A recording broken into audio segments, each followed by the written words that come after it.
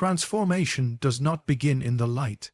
It begins in the shadows, in the quiet corners of the soul where we have hidden what we could not bear to see. Most people believe that to change their life, they must add something: new habits, new goals, new affirmations. But the truth is more difficult and more liberating. To change your life, you must first descend into yourself. You must become intimate with your own darkness. This is not a journey of improvement. It is a journey of remembrance, of recovering what you have lost by forgetting who you are. There is a life that exists beneath the surface of the life you live. That hidden life is governed not by your conscious mind, but by your unconscious, the great storehouse of forgotten memories, buried emotions, inherited fears, and unspoken desires. Most people are ruled by these forces without ever knowing it. They chase relationships, careers, even spiritual experiences, thinking they are making choices, when in truth they are simply repeating patterns. These patterns are not accidents, they are messages, they are mirrors, and until you learn to read them, you will remain stuck in a cycle of suffering that feels like fate. The descent into the self begins the moment you ask, why do I keep doing what I don't want to do? Why do I feel a constant pull between who I am and who I pretend to be? Why does happiness feel like a performance? These are not surface questions. They are the knock at the door of the unconscious, asking to be let in. And to answer that knock, you must slow down. You must turn away from the noise of the external world and dare to listen to the quiet voice inside. It is here that your real transformation begins, not by force, but by awareness. The unconscious speaks in symbols, dreams, impulses, and emotional reactions. It does not speak in logic or language. If you are willing to pay attention to the things that disturb you, trigger you, or frighten you, you will begin to see the blueprint of your inner architecture. Every time you overreact, every time you fall into despair or avoidance, your unconscious is speaking. It's pointing to a wound that was never healed, to a belief that was never questioned, to a truth you were never allowed to voice. Your task is to become the witness of your own psyche, to observe, not to judge. This witnessing opens the door. In the first month of transformation, your only task is observation. Begin to notice your automatic thoughts, the moments your body contracts, the emotional patterns that repeat. Ask yourself not, how can I fix this? But, what is this trying to show me? The ego wants answers, but the soul wants presence. The more you learn to sit with discomfort without escaping it, the more you recover the power you once gave away. This discomfort is not the enemy. It is the gateway. It is the sign that something within you is trying to emerge. People often resist this descent because they fear what they will find. They have spent years constructing identities, narratives, and roles that keep them safe. To question these things is to risk losing control. But what you will lose is not yourself. It is the false self, the mask, the persona you created to survive. The real you, the deeper you, has been waiting in the silence all along. And though the descent may feel like death, it is really a rebirth. What dies is illusion. What is born is truth. This inner work cannot be outsourced. No one can do it for you. It requires solitude, stillness, and sincerity. It requires a kind of courage that is not loud but enduring, the courage to feel what you have suppressed, to hear the voice you once silenced, and to reclaim the fragments of yourself that you abandoned. This reclamation is the first act of power. You are no longer asleep in your own life. You are no longer performing a script written by others. You are finally meeting yourself, not as an idea, but as a reality. The unconscious is not just a place of wounds. It is also the womb of your potential. Within it lies creativity, intuition, and the raw energy of life. But to access that, you must first clear the debris. You must empty before you can fill. In these early stages of transformation, your daily practices must be rooted in self-honesty and reflection. Journaling, dream work, meditation, time in nature. These are not tasks. They are tools. They are the way you dig through the surface of your personality and begin to uncover the architecture of your soul. This process does not offer immediate rewards. It may feel like you are unraveling. You may cry without knowing why, feel rage you thought was gone, remember pain you tried to forget. But this unraveling is sacred. It is the necessary breaking open that makes space for something more authentic to emerge. You are not falling apart, you are falling inward. Each day you step closer to what is real, not what is expected, not what is acceptable, but what is true. And in this truth, the seeds of transformation take root. Every human being walks through life with a shadow. It is not something we carry like a burden strapped to our backs, but something we drag silently behind us, a part of the psyche that holds all that we have rejected, feared, denied, or deemed unacceptable. This shadow is not evil, though it may contain darkness. It is not weak, though it may house our wounds. It is the other half of the self, the forgotten twin of our consciousness.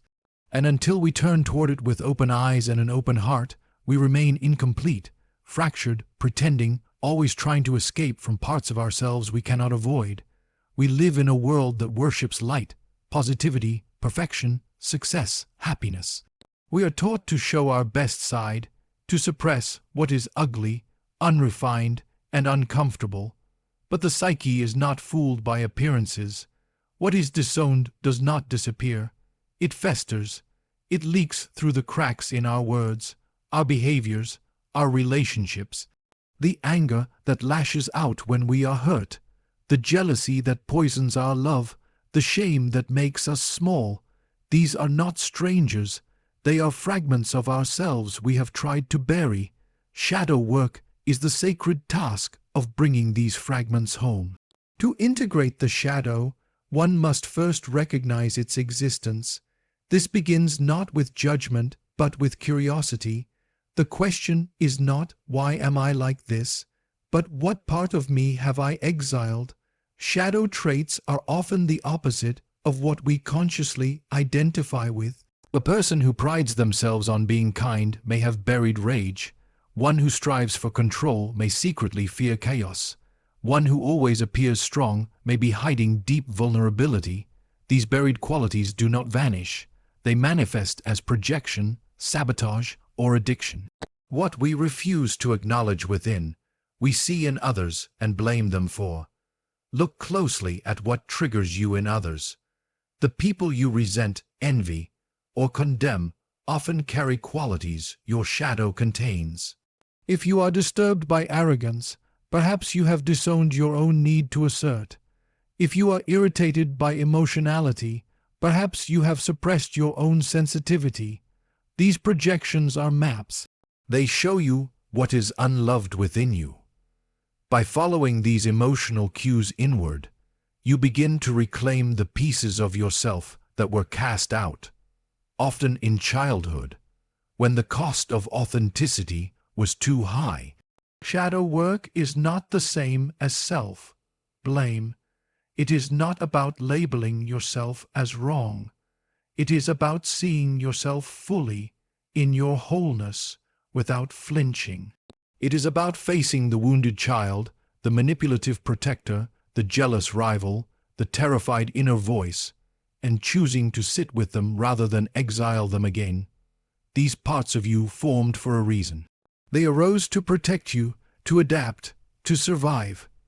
But now, as an adult, your task is to hold them with compassion, to listen without condemnation, and to invite them back into the circle of your being.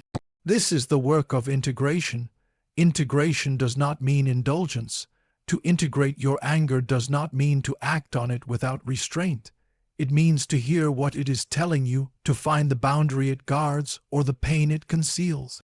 To integrate fear does not mean to submit to it, but to walk beside it, knowing that it too is a voice from within. Each time you embrace a part of yourself you once rejected, you reclaim power. The energy you spent suppressing that part becomes available for creation, for connection, for presence.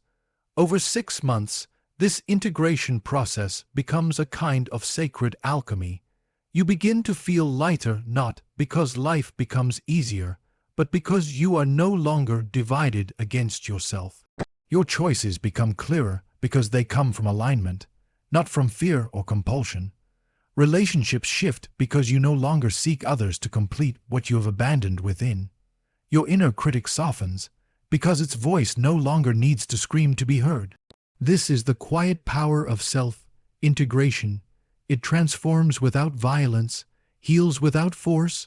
Practices such as journaling dialogues with your shadow, meditating on strong emotional reactions, or revisiting painful memories with the eyes of the adult self can open doors to understanding and healing.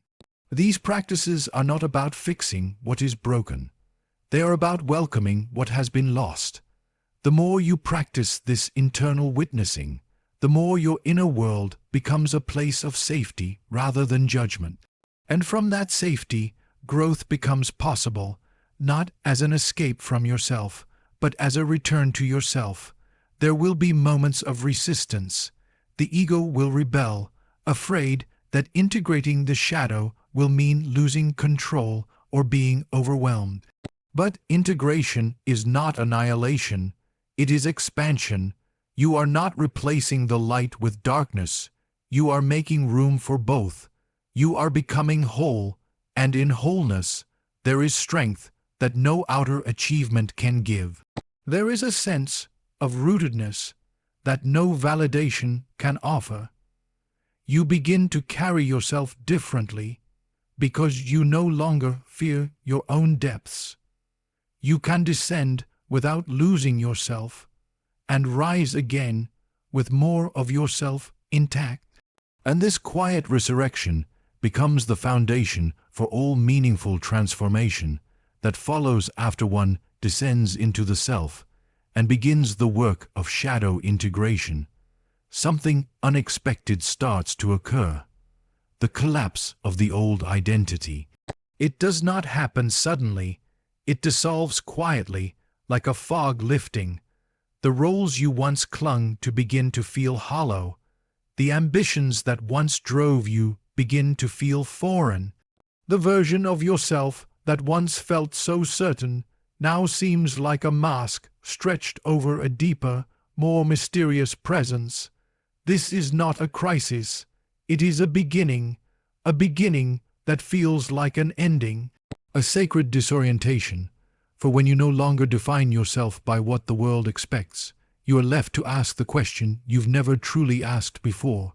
Who am I, really, when I stop performing? Most people are taught to construct their lives from the outside in. They gather opinions, rules, roles, and expectations like layers of armor, hoping to be protected, hoping to belong. They chase validation in careers, relationships, titles, and appearances. But this way of being is inherently unstable because it is not rooted in the soul. It is rooted in the collective persona, what the world rewards, not what the soul requires. When transformation truly begins, these outer structures begin to crack. You may lose interest in things you used to love. You may feel disconnected from people you once depended on. This is not regression. It is the death of the false self, and from its ashes, the authentic self begins to emerge. This process is not comfortable. You may feel like a stranger to yourself. You may mourn what you're leaving behind, even as you sense it was never truly yours. But the reconstruction of the self requires this shedding. It is not additive, it is subtractive. You do not become something new. You become what you were before the world told you who to be.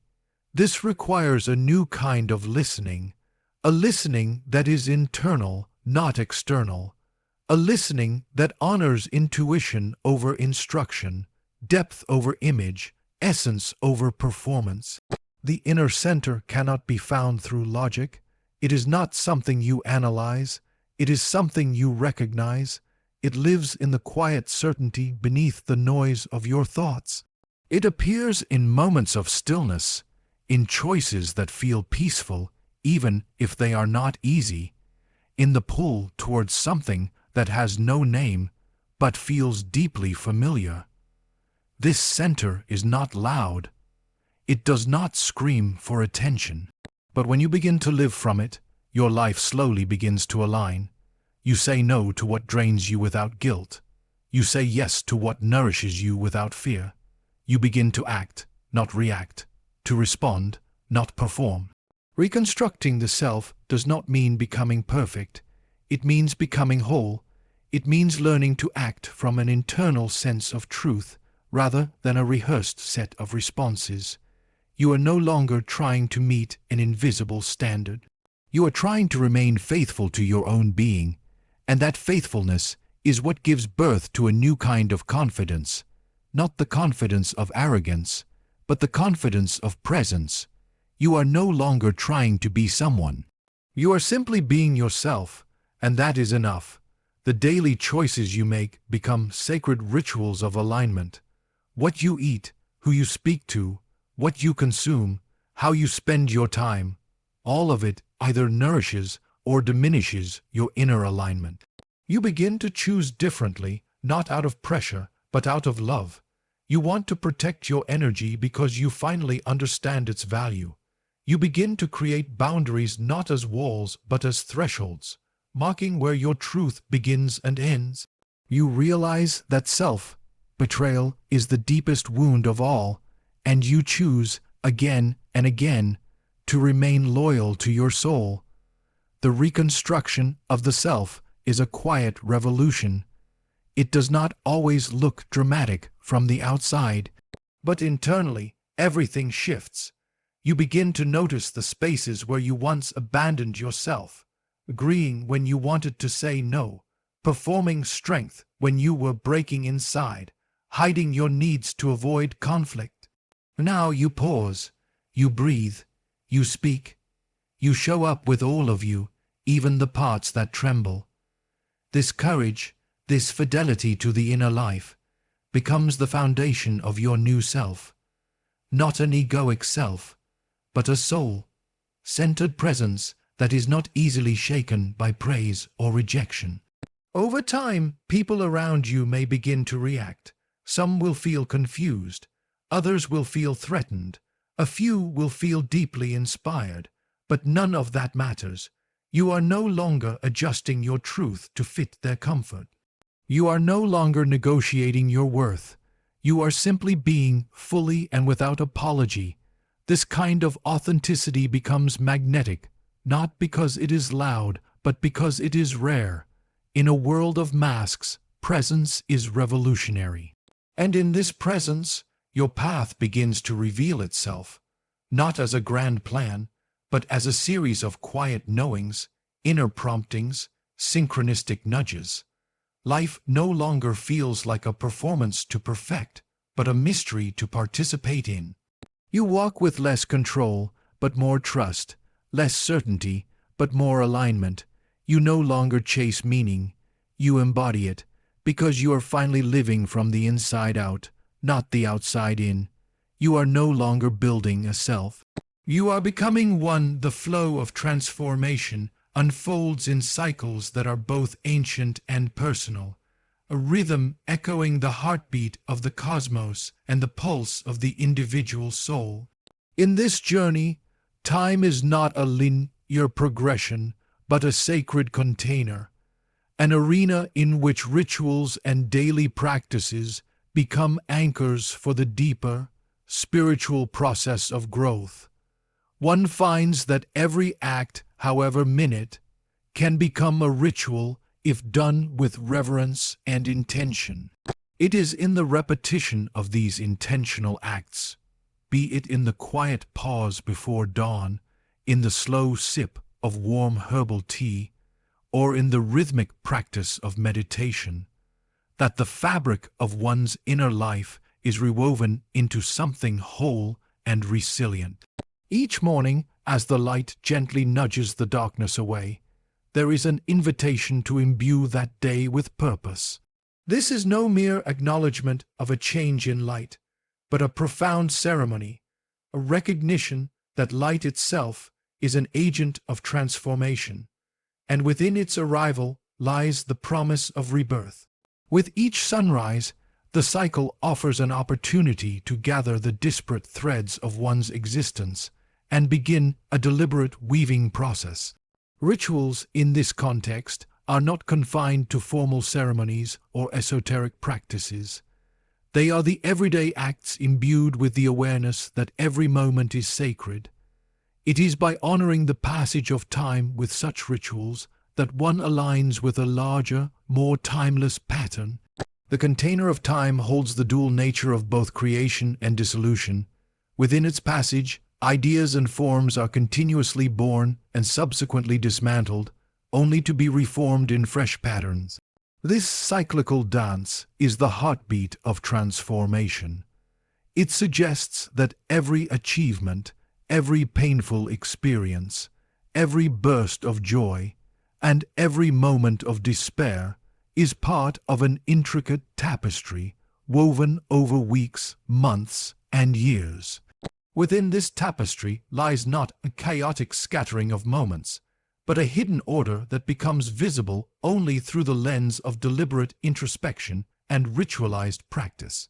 When one begins to perceive time as a sacred cycle, each setback is reframed as a moment of preparation for new growth, and each victory is seen as both the culmination of a cycle and the seed for the next.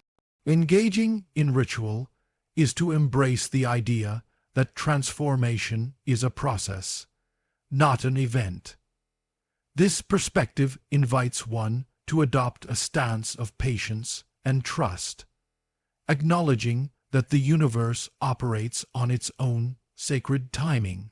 It encourages the cultivation of daily practices that celebrate not only the grand milestones of achievement, but also the subtle shifts that occur in the quiet hours of reflection.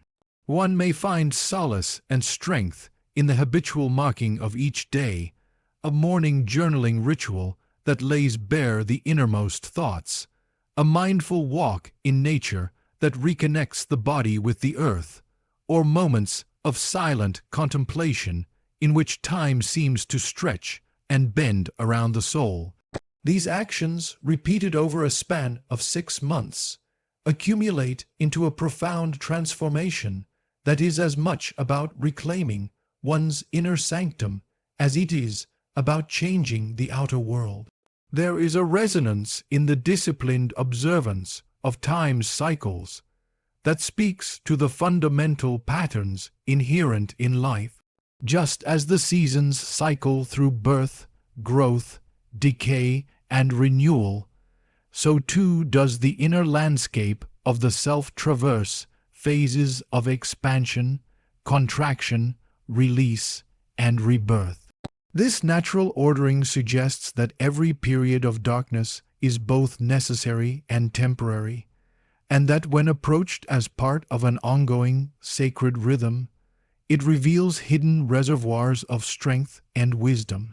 Embracing time as a sacred container creates an inner framework where waiting, nurturing, and emerging become intertwined parts of a larger narrative. It is an acknowledgement that true transformation does not occur overnight, but unfolds gradually, like the measured drip of water carving a path through stone over eons. In the quiet sanctum of the daily ritual, one begins to notice the shifts in consciousness that were once so subtle as to be overlooked. Each deliberate moment becomes a stepping stone towards a deeper union with one's inner truth. The repetitive nature of these practices does not breed monotony. Instead, it cultivates a space where the inner world can express itself more vividly and authentically. Every ritual enacted with mindful intent is a declaration that the time spent in self-exploration is not wasted, but is, in fact, an investment in the perennial wellspring of life. Through these acts, the individual not only honors the sacred cycles of nature, but also aligns with the cosmic rhythm that underpins all existence. Ultimately, the embrace of ritual and the reverence for time's sacred pattern transform the way one relates to both the self and the world. The daily dedication to ritualistic acts becomes an ongoing conversation with the deeper layers of the psyche, a dialogue that unfolds in synchrony with the natural order of birth, growth, death, and rebirth. In this space, there is no pressure to force outcomes or accelerate the process. There is instead the humble recognition that transformation is an organic process, blooming in its own time, governed by the intrinsic laws of the universe and the timeless cycles of the soul. Transformation is not a single act nor a dramatic shift imposed from outside. It is a sacred unfolding from within. Over the course of 6 months, the path does not lead you away from yourself, but deeper into the core of who you truly are. It begins with radical self-awareness, the courage to descend beneath the surface illusions and face the hidden parts of your psyche. Through the intimate labor of shadow work, you confront the parts of yourself that have long been neglected, bringing light not to destroy them, but to understand, integrate, and reclaim what has always been yours. This process births a slow dissolution of the false self, a quiet death of everything that was built to survive but not to thrive. In its place emerges a presence rooted not in performance but in essence. Reconstructing the self from the inner center means surrendering the constant chase for external approval and choosing instead to live from a place of alignment, intuition, and deep personal truth. As you begin to live this way, your actions no longer echo the demands of the world, but reflect the rhythm of your own soul. And in this unfolding, time ceases to be the enemy. It becomes the vessel that carries your growth forward, not with urgency, but with reverence. Through rituals and daily practices, transformation is grounded in the present moment, made real by your conscious participation in it. These sacred repetitions form the lattice through which your new self emerges, held together not by external validation, but by inner coherence. This 6-month journey is not about becoming someone else. It is about returning to who you were before the world told you who to be. It is not about escaping your pain. It is about honoring it, integrating it, and allowing it to shape your evolution. What you reclaim in this process is not only your power, your voice, and your clarity, but also your ability to stand rooted in your own being, free from illusion, aligned with your soul's deepest truths. And from that place, everything begins anew.